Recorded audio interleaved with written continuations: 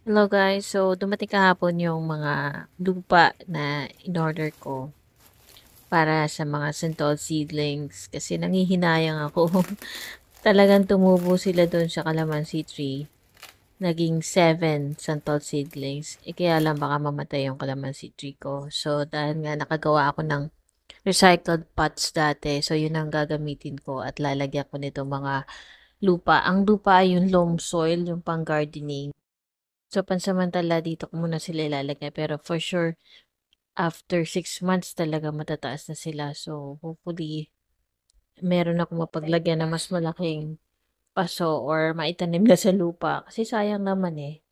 Pero sana may mapagbigyan ako nito para maitanim dun sa lupa nila. So, ito yung calamansi tree ko at ita-transfer ko na nga yung tumubo na 7 santol seedlings.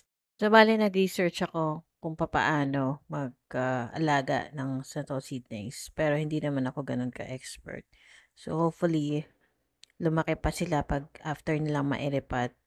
And then, kung hindi naman, well, at least I've tried, diba?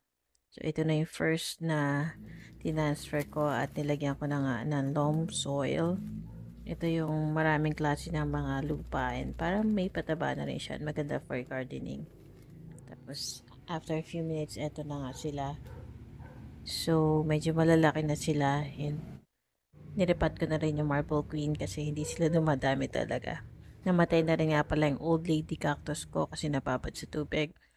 Yung peace lily ko, ayan, palaki na sila. Dalawang pot yung niripat ko before. And then, ito na yung mga potos.